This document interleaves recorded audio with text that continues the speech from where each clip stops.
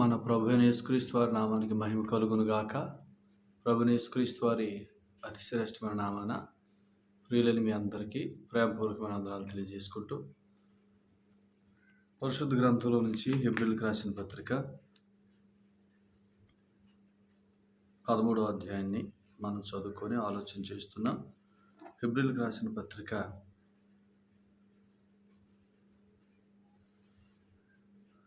13వ అధ్యాయం 5-6 వచనాలు చదువుదాం. ధనాపేక్ష లేని వారై మీకు కలిగిన వాడితో తృప్తి పొంది ఉండుడి. నిన్ను ఏమాత్రమును విడువను, నిన్ను ఎన్నడూను ఎడబాయను అని ఆయనే చెప్పెను కదా. కాబట్టి ప్రభువు నాకు సహాయుడు, నేను భయపడను, నరమాత్రుడు నాకేం చేయగలడు అని మంచి ధైర్యంతో చెప్పగలవారమై ఉన్నాము. ప్రార్థన చేద్దాం. పరిశుద్ధుడైన తండ్రి, ప్రేమ కలిగిన మా దేవా, మీకు వందనాలు. ప్రేమించి ఇచ్చిన ఈ మంచి సమయానికే కృతజ్ఞతలు. మీ కుమారుడైన యేసుక్రీస్తు వారిలో మీరు మాకు అనుగ్రహించిన రక్షణకై స్తోత్రాలు. ఈ రక్షణను ఇచ్చింది రక్షణ సంబంధమైన జీవం కొరకే. ఆ జీవము నాయన క్రీస్తు యేసునందున్న జీవము, ఆ జీవము వాగ్దాన జీవము, ఆ జీవము విశ్రాంతి అని మీరు మాకు తెలియజేశారు. ఆ సంగతులు మీ ఆత్మ ద్వారా మీ సేవకుని వాక్శక్తినిచ్చి మాతో మాట్లాడమని, మా జీవము సర్వమైన క్రీస్తును నేర్పించమని యేసు ప్రభు వారి పట్ల ప్రార్థిస్తున్నాము తండ్రి. ఆమేన్. ప్రభునందు ప్రియులరా, మరొకసారి మీ అందరికి కూడా ప్రభు పేరట ప్రేమతో వందనాలు తెలియజేసుకుంటూ, ఈ హెబ్రీయులకు రాసిన పత్రిక 13వ అధ్యాయం విశ్వాసి జీవిస్తున్న క్రమంలో ఉన్న సంగతులే. హెబ్రీ పత్రిక 3 నుంచి 13 వరకు విశ్వాసి జీవించుట అనేది ఆ జీవంలో భాగంగా జరుగుతున్నాయన్నమాట. జీవించుట అంటే విశ్వాస మూలముగా జీవించుట. విశ్వాసి జీవిత విధానం ఏంటంటే విశ్వాస మూలంగా జీవించుట. ఆ విశ్వాస మూలంగా జీవించటాన్ని ఆత్మానుసారంగా జీవించుట లేదా ఆత్మానుసరించి నడుచుకొనుట. దాన్నే క్రీస్తుతో అన్యోన్య సహవాసము అని యోహాను రాసిన మొదటి పత్రిక 1వ అధ్యాయం 4వ వచనం, అలాగే 5-6 వచనాల్లో కూడా ఉందన్నమాట. సో అన్యోన్య సహవాసం, వీటి ద్వారా మనం విశ్వాస మూలంగా జీవిస్తాం.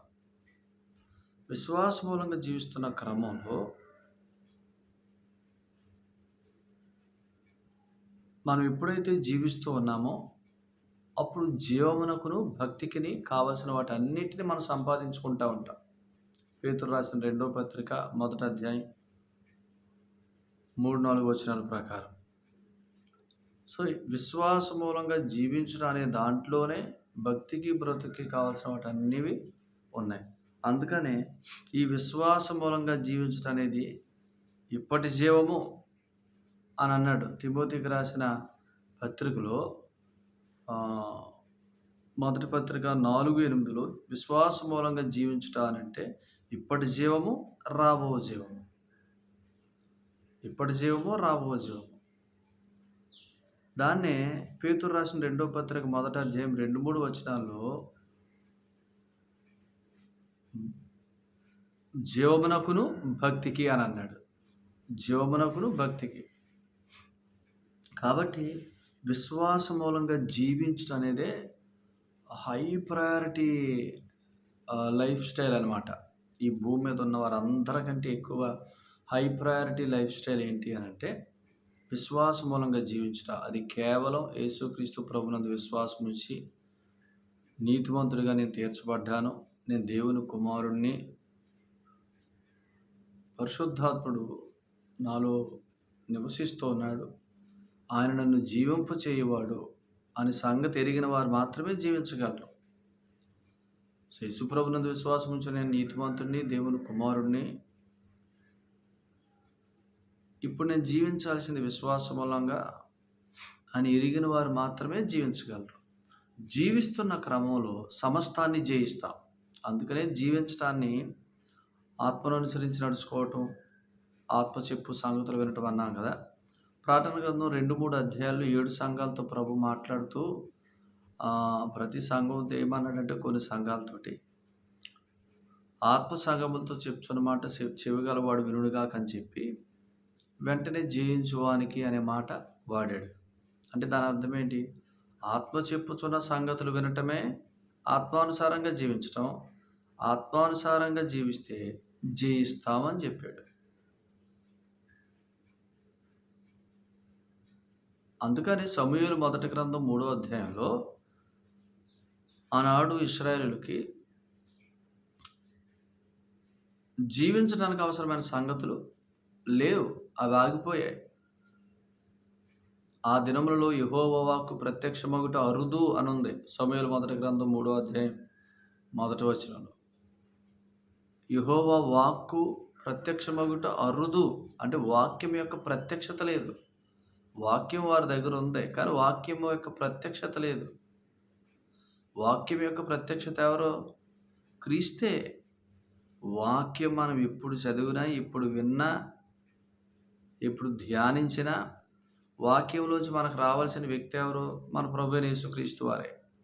ఎందుకు అనంటే కొలస్సీ పత్రిక 3:4 ప్రకారం ఆయన మన జీవం, 3:11 ప్రకారం ఆయన మన సర్వం. కాబట్టి వారి దగ్గర వాక్యం ఉంది, మందిరం ఉంది. ఆ మందిరంలో నుంచి వాక్యం రావట్లా. సేవకులు ఉన్నారు, కానీ వారు క్రమాన్ని ఎరిగిన వారు కాదు. సో అందుకని అప్పుడు యెహోవా వాక్కు ప్రత్యక్షమగుట అరుదు. అందుకనే వాక్యం యొక్క ప్రత్యక్షత లేదు, కాబట్టి వారిలో జీవము లేదు, అనగా జీవించుట అనేది లేదు. లేని కారణం చేత, వారు జీవించని కారణం చేత వాక్యం యొక్క ప్రత్యక్షత లేదు. కాబట్టి వాక్యం ప్రత్యక్షం అవ్వకపోతే ఈ నా మాటలు అని అన్నాడు. ఈ నా మాటలు ఆత్మయు జీవం అన్నాడు. ఏ మాటలు? వాక్యములో నుంచి ప్రత్యక్షతగా మనకు దొరుకుతున్న మాటలు. ఆయన వాక్యంలో నుంచి మనకి ప్రత్యక్షతగా దొరుకుతున్న సంగతులు అన్నమాట. వాటిని ఈ నా మాటలు అన్నాడు. ఆత్మ ద్వారా మనం బోధించబడుతున్నప్పుడు మనకు ప్రత్యక్షతగా దొరుకుతున్న క్రీస్తును గూర్చిన సంగతులు, అవి ఆత్మ చెప్పు సంగతులు. ఈ నా మాటలు ఆత్మయు జీవమనై ఉన్నవి, అవి మనల్ని జీవింపజేస్తాయి. మేము వాక్యం చదువుతాం కాదు, మేము ఎప్పుడు ప్రార్థన మానం కాదు, మేము ఎక్కడికి వెళ్ళినా ప్రార్థన చేసుకుంటాం కాదు. ఇవన్నీ కాదు. వాక్యము ప్రత్యక్షమవుతుందా లేదా?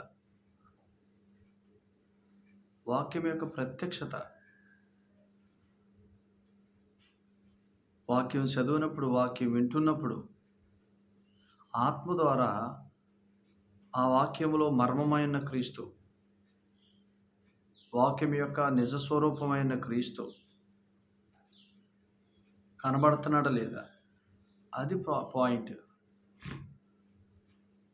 సో అందుకనే ఎప్పుడైతే ప్రత్యక్షత దొరుకుతుందో ప్రత్యక్షం అవ్వాలా. యెహోవా వాక్కు వారికి ప్రత్యక్షం అవ్వట్లా.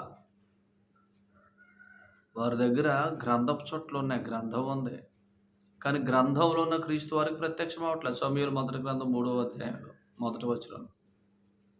అందుకనే 4వ అధ్యాయంలో జీవితం లేదు. యుద్ధానికి వెళ్ళారు, ఓడిపోయారు. ఇంచుమించు 34,000 మంది ఓడిపోయారు. మనం ఈ లోకంలో జీవిస్తున్న దినాలన్నిటిలో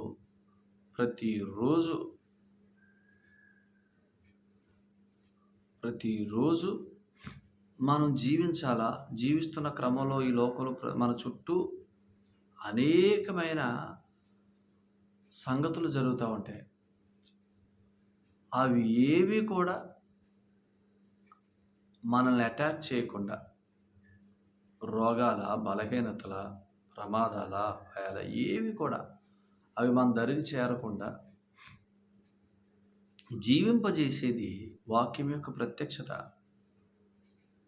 ప్రతిరోజు ప్రభువా, ఈరోజు నిన్ను గూర్చిన ప్రత్యక్షత, నిన్ను గూర్చిన వాగ్దానాల్లోకి నన్ను నడిపించు.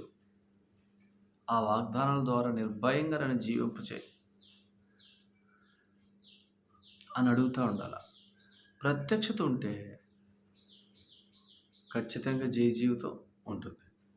సో అందుకనే ఈ 13వ అధ్యాయంలో 15:5లో 13:5లో హెబ్రీ పత్రిక, నిన్ను ఏమాత్రమును విడువను, నిన్ను ఎన్నడును ఎడబాయను అనే మాటను చూసారా? ఇప్పుడు ఈ మాటను పట్టుకొని ఇక్కడికి వెళ్దాం. చూడండి, ఆదికాండం 28వ అధ్యాయం దగ్గరికి. ఆదికాండము 28వ అధ్యాయంలో ఒక మాట మీరు జాగ్రత్తగా చదవండి. నిన్ను ఏమాత్రమును విడువను, నిన్ను ఎన్నడును ఎడబాయను అని చెప్పింది ఎవరితోటి? ఆయన విశ్వాసతోటి. ఎందుకు అనంటే ఆయన మనతో ఉన్నాడు, మనలో ఉన్నాడు, మనం ఆయనలో ఉన్నాం, మనం దేవునిలో ఏకమై ఉన్నాం, దైవత్వంలో ఉన్నాం, దైవం మనలో ఉన్నాడు. సో మనం దైవములో, మనం దైవ కుమారులు. సో ఇప్పుడు ఆయన నిన్ను విడువను, నిన్ను ఎడబాయను అని చెప్పాడు. హెబ్రీ పత్రిక 13:5లో నిన్ను ఏమాత్రము విడువను అంటే, సో ఒక్క నిమిషం కూడా నేను నీకు దూరంగా ఉండను, నిన్ను విడువను, నిన్ను ఎడబాయను, నిన్ను త్రోసేయను అని చెప్తున్నాడు.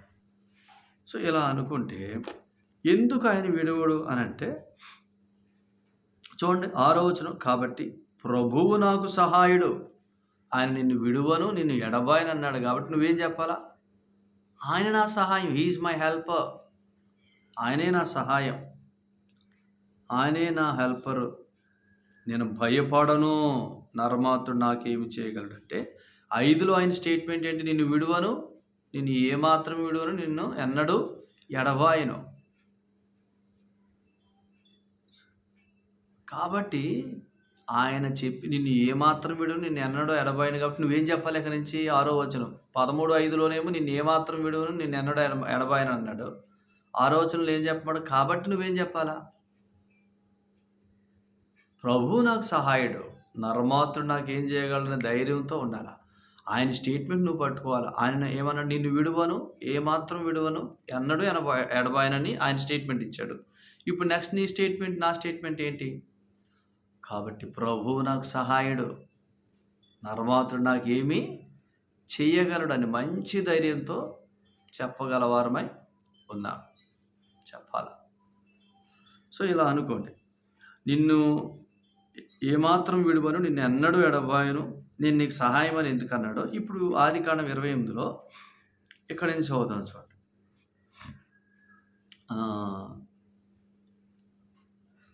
15వ వచనం చదువుతున్నాను. చూడండి, ఆదికాండం 28:15, ఇదిగో నేను నీకు తోడై ఉండి నీవు వెళ్ళు ప్రతి స్థలమందు నిన్ను కాపాడుచు ఈ దేశమునకు నిన్ను మరలా రప్పించేదను, నేను నీతో చెప్పినది నెరవేర్చే వరకు నిన్ను విడువనని చెప్పగా. చూసారా, నిన్ను విడువను, నిన్ను ఏమాత్రం విడువను, ఎన్నడూ ఎడబాయనంటే దాని అర్థం ఏంటి? ఇదిగో నేను నీకు తోడై ఉంటాను అని దాని అర్థం. నేను నీకు తోడై ఉండి నీవు వెళ్ళు ప్రతి స్థలమందు నిన్ను కాపాడుచు. చూసారా, ఆయన తోడు, ఆయన కాపుదల, ఈ దేశమునకు నిన్ను మరలా రప్పించదని. ఏంటి ఆ దేశం? విశ్రాంతి. హెబ్రీ పత్రిక 4వ అధ్యాయంలో విశ్రాంతి. నువ్వెక్కడ విశ్రాంతి లేకుండా ఉన్నావో అక్కడ నీకు విశ్రాంతి. ఆనాడు వారికి దేశం అంటే కనాను, ఈనాడు మనకు దేశం అంటే విశ్రాంతి. వారు కనాన్ అంటే విశ్రాంతే, మనకి కనాన్ అంటే విశ్రాంతి. వారు దాసులు స్వతంత్రులు అవటానికి వెళ్తున్నారు, మనము దేవుని కుమారులం. ఇప్పుడు విశ్రాంతిని అనుభవించాలి. ఏంటంటే ఆయన ప్రభువు నాకు సహాయుడు, నరమాత్రుడు నాకు ఏం చేయగలడు, ఆయన నన్ను ఏమాత్రం విడువను, ఎన్నడూ ఎడబాయనని వాగ్దానం చేశాడు. ఈ వాగ్దానాన్ని పట్టుకొని మనం ఏమనాలి? నువ్వు నాకు సహాయుడు, నరమాత్రుడు నాకేమీ చేయలేడు అని ధైర్యంతో చెప్పగల వారం ఉండాలి. ఎందుకు? ఆయన మనకి ఎందుకు సహాయుడు? ఆయన ఏమేమి చెప్పాడో, ఏమేమి వాగ్దానాలు చెప్పాడో, ఆ వాగ్దానాలన్నీ ఆయన నెరవేర్చి పెట్టాడు సిలువలో. అందుకనే ఆయన మనతో ఉంటున్నాడు ఇప్పుడు. ఆయన పరిశుద్ధాత్మ దేవుడు మనతో ఉండి మనల్ని నడిపిస్తుంది ఎందుకు? జీవింపచే ఆత్మగా మనల్ని జీవింపజేస్తుంది ఎందుకు? అంటే క్రీస్తు మన కొరకు నెరవేర్చబడిన వాటన్నిటిని మనం అనుభవించడానికి. అందుకనే ఈ 15లో నేను నీకు తోడై ఉంటాను, నీవు వెళ్ళు ప్రతి స్థలమందు నిన్ను కాపాడుతాను. అంటే ఆయనతో ఉంటాడు, ఆయనలో ఉంటాడనమాట. యోహాను సువార్త 14:16 ఇక్కడ. అంటే ఈ దర్శనం సంఘం గురించి చెప్పిన దర్శనమే.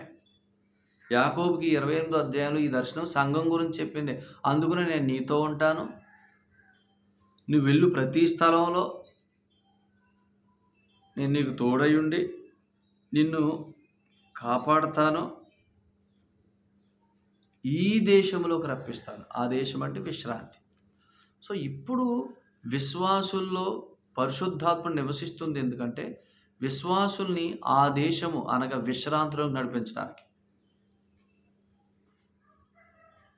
ఆయన సిలువలో సమస్తము సమాప్తం అన్నాడు.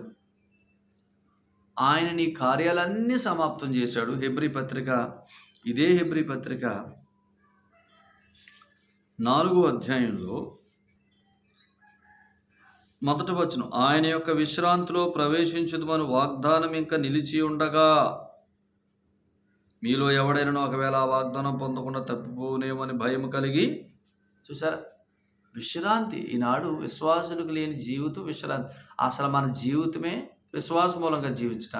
విశ్వాస మూలంగా జీవించడానికి జీవితం యొక్క రిజల్ట్ ఏంటంటే విశ్రాంతి. విశ్వాస మూలంగా జీవించడంలో నిన్ను ఏమాత్రమును విడువను, నిన్ను ఎన్నడూ ఎడబాయను అనే వాగ్దానం ఆయన మనతో మాట్లాడుతూ ఉంటాడు. ప్రతి విషయంలో మాట్లాడుతూ నువ్వు ఏ విషయాలలో విశ్రాంతి కోల్పోతున్నావో ఆ వాగ్దానాలను నీకు తెలియజేస్తాడు. ఆ వాగ్దానాలను మనకిస్తాడు. ఆ వాగ్దానాన్ని పట్టుకుంటే మనం ఏం మాట్లాడతాం? నిన్ను ఏమాత్రమును విడువను, నిన్ను ఎన్నడూ ఎడబాయను అని చెప్పినవాడు నా ప్రభువు నా కొరకు సిలువలో ప్రాణం పెట్టినప్పుడు నా కార్యములన్నీ మృగించి నా పక్షంగా విశ్రాంతిలో ప్రవేశించాడు. ఆయన విశ్రాంతి నా కొరకే. ఆయన నా కార్యాలన్నీ ముగించాడు. కాబట్టి ప్రభువు సహాయుడు. నరమాత్రుడు నాకేం చేయగలడు? నా అభివృద్ధిని ఎవడాపగలడు? నా క్షేమాన్ని ఎవడాపగలడు? ఆయన మంచితనం నేను చూడకుండా ఎవడాపగలడు? ఆయన కార్యాలు నేను చూడకుండా నన్ను ఎవడాపగలడు? ఆయన అద్భుతాలు నా జీవితంలో జరగకుండా ఎవడాపగలడు? నా కుటుంబంలో ఆయన మహత్కార్యాలు జరగకుండా ఎవరు ఆపగలరు అని మనం చెప్పాలా? బిలాము ఆపగలిగాడా ఇశ్రాయేలు ఆశీర్వాదాన్ని? ఆపలేకపోయాడు. బాలాకు ఆపగలిగాడా? ఆపలేకపోయారు. ఎవరు ఆపలేకపోయారు. ఎలాగూ శపింపగలను? యెహోవా వారిని శపింపలేదే. వారు ఆశీర్వాదానికే వారసులే అన్నాడు బిలాము. దేవుడు మనల్ని ఆశీర్వాదం కింద ఉంచాడు, ఇక శాపం కింద ఉంచలా. కాబట్టి మనం ఆశీర్వాదానికి చెందిన వాళ్ళమే. ఏ శాపవచనము మన గుడారాలు సమీపించదు. అలా చెప్పాలన్నమాట. ప్రభువు నాకు సహాయుడు, నరమాతుడు నాకేమి చేయగలడు. అందుకనే ఇదే హెబ్రీ పత్రికలో మనం ఆయన విశ్రాంతిలో ప్రవేశించాలి. విశ్రాంతిలో ప్రవేశించడం ఏంటి? 2వ వచనం 4:2 వారికి ప్రకటింపబడినట్లు మనకును సువార్త ప్రకటింపబడిన గాని వారు వినిన వారితో విశ్వాసం గలవారే కలిసి ఉండలేదు కనుక విన్న వాక్యము వారికి నిష్ప్రయోజనమైనదాయను. ఇక్కడ విశ్వాసం అంటే ఏ విశ్వాసం? ఇది జీవింపచే విశ్వాసం.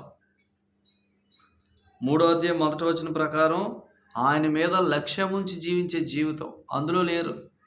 ఇక్కడ సువార్త అంటే అనుదినం మనం వినే విశ్వాస వాక్యం, ప్రభును గూర్చిన వాక్యం. అదే సువార్త. విశ్వాసి అనుదినం ప్రభువుతో సహవాసం. ఈ అనుదిన వాక్యం ఆనాడు వారికి వినబడింది, వారు నిర్లక్ష్యం చేశారు. వారి శవముల అరణ్యంలో రాలిపోయాయి. శవముల అరణ్యంలో రాలిపోయాయి అంటే నరకానికి వెళ్ళారని కాదు, విశ్రాంతిలోకి ప్రవేశించలేదు. పరలోకానికి వెళ్తారు రక్షించబడిన వాళ్ళు. ఇప్పుడు మా విశ్వాస అలాగే రక్షించబడిన విశ్వాసి పరలోకంలో ఉంటాడు, కానీ జీవిస్తున్న దినాలన్నింటిలో విశ్రాంతిలో ప్రవేశించడు. ఏ విషయాల్లో ధైర్యంగా ఉండలేడు. అందుకనే సువార్త సువార్త అంటే మన ప్రభువును కూర్చున్న విశ్వాస వాక్యం. ఎంత వింటామో అంతగా జీవిస్తాం, ఎంతగా జీవిస్తామో అంతగా విశ్రాంతిలోనికి ప్రవేశిస్తాం. అసలు ఆ విశ్రాంతి, ఆ మంచి దేశం, ఆ వాగ్దాన దేశం చేర్చటమే ఐగుప్తు నుంచి విడిపించిన ముఖ్య ఉద్దేశం. అలాగే మనల్ని రక్షించిన ముఖ్య ఉద్దేశం ఏంటంటే లోకాసు వార్త 1వ అధ్యాయం 75వ వచనం, మనం బ్రతుకు దినములన్నీ నిర్భయులమై ఆయన సన్నిధిని ఆయన సేవింపను ఈ రక్షణ దయచేశాను. To do a fearless worship he gave his salvation.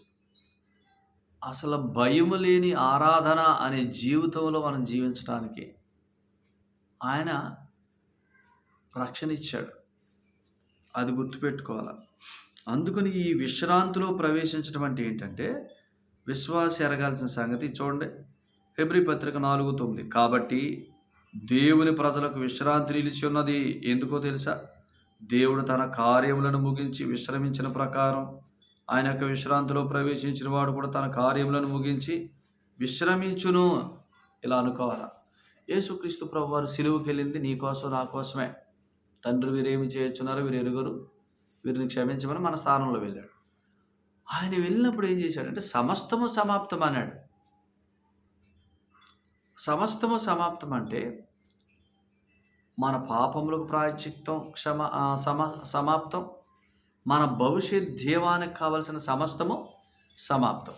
So అందుకనే మీరు జాగ్రత్తగా వింటే ఇప్పుడు యేసుక్రీస్తు ప్రభునందు విశ్వాసం ఉంచిన మన జీవితాల్లో పాపం విషయంలో చనిపోయే మాత్రమే కాదు, అసలు ఎందుకు పాపం విషయంలో చచ్చిన వారుగా మనల్ని చేశాడు, నీతివంతులుగా తీర్చాడని అంటే అసలు ఆ జీవం కొరకు, విశ్రాంతి అనే జీవం కొరకు, జీవితకాలం అంతయు నిర్భయులమై జీవించే జీవితం కొరకు.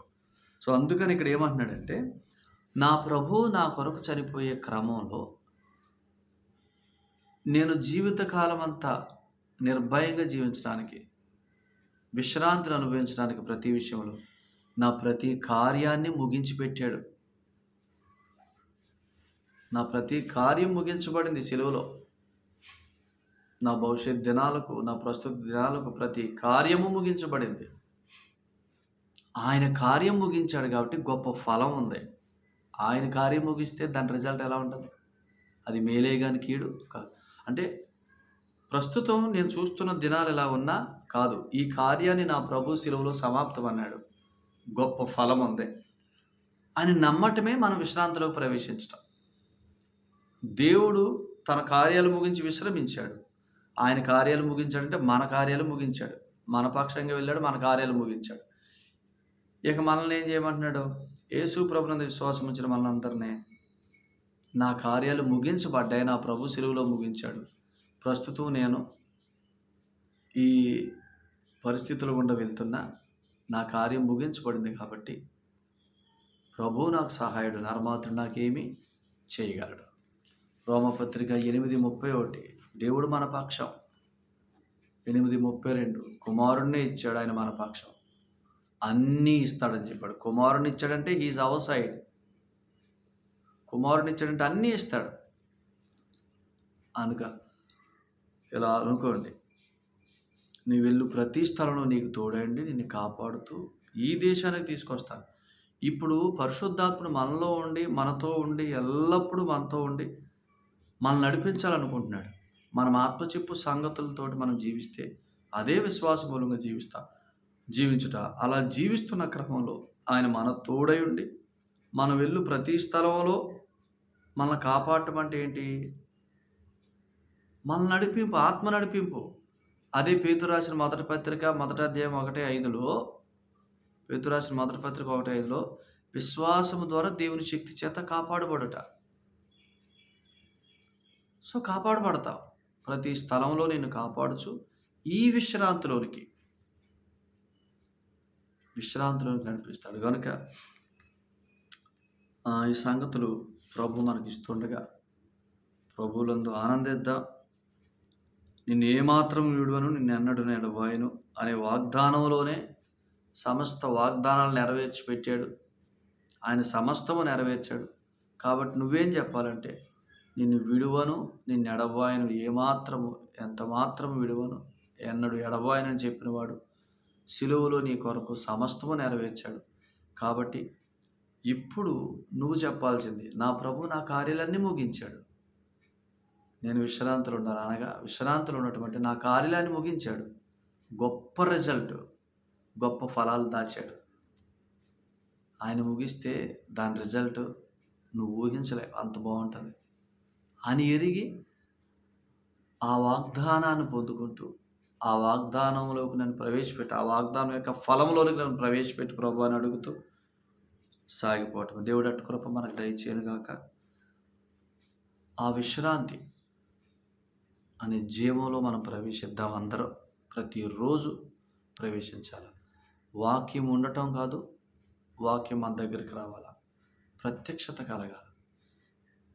యెహోవా వాక్కు ఆ దినముల్లో ప్రత్యక్షం అవ్వట్లేదు కాబట్టి దేవుని ప్రజలు ఓడిపోయారు. ఈ దినాల్లో మీరు అలా ఉండొద్దు. వారు అవిశ్వాసం చేత ఓడిపోయారు. మీరు విశ్వాసంలో ఉండండి, విశ్వాస మూలంగా జీవించండి, దేవుని సంగతుల చేత జీవించండి, ఆత్మ మూలంగా జీవించండి, విశ్వాస మూలంగా జీవించండి. అప్పుడు విశ్వాస మూలంగా జీవిస్తే మీకు ప్రత్యక్షత కలుగుతుంది. ప్రత్యక్షత కలిగితే ఆత్మ నడిపింపు, అత్యధికమైన విజయాలు, నిర్భయమైన జీవితం. దేవుడు అటు కృప మనందరికీ దయచేయనుగాక. ప్రార్థన చేద్దాం. పరిశుద్ధుడైన తండ్రి, ప్రేమ కలిగిన దేవుని మీకు వందనాలు. ప్రేమించి ఇచ్చిన ఈ సందేశాన్ని బట్టి కృతజ్ఞతలు. మా ప్రియులందరినీ దీవించండి, ఆశీర్వదించండి. నాయన, మీ యందు విశ్వాసం ఉంచిన మేమందరం నీతిమంతులుగా తీర్చబడింది విశ్రాంతిలోనికి ప్రవేశించడం కొరకే. మా కార్యాలన్నీ సిలువలో ముగించారు. మేమేమీ లేని వారం కాదు, సమస్తము కలిగిన వారం. ఎందుకంటే మా సమస్తం సిలువలో మీరు నెరవేర్చారు. మీరే నెరవేర్చారంటే వాటి రిజల్ట్ ఎంతో రమ్యముగా, ఎంతో ఘనంగా ఉంటుంది. నాయన, వాటిని మేము ఎరగాలంటే నా ప్రభు నా కార్యాలు ముగించాడు అని ఎరిగి వాగ్దానాన్ని పొందుకుంటూ ఆ వాగ్దాన ఫలం నేను అనుభవిస్తానని విశ్రాంతిలో సాగటం, అట్టి జీవితాలు మా ప్రియులందరికీ దయచేయమని నాయన, మీరు మా ఆరోగ్యం కొరకు, మా ఆర్థిక విషయాల కొరకు, మా కుటుంబ విషయాల కొరకు, మా ఆత్మీయ విషయాల కొరకు, మా సమస్త విషయాల కొరకు మీరు ముగించి మాకు విశ్రాంతి సిద్ధం చేశారు. ఆ విశ్రాంతిలో మేము ప్రవేశించి మీరు ఆనందించే జీవితం మాకు దయచేయమని ప్రియులందరినీ దీవించమని యేసుక్రీస్తు వారి పేరట స్తుతించి స్తోత్రం చెల్లించి ప్రార్థిస్తున్నాం తండ్రి. ఆమేన్. ప్రభునామన మీ అందరికీ ప్రేమ వందనాలండి. ప్రభు మిమ్మును మీ కుటుంబాన్ని బాగా దీవించును గాక. ఆమేన్.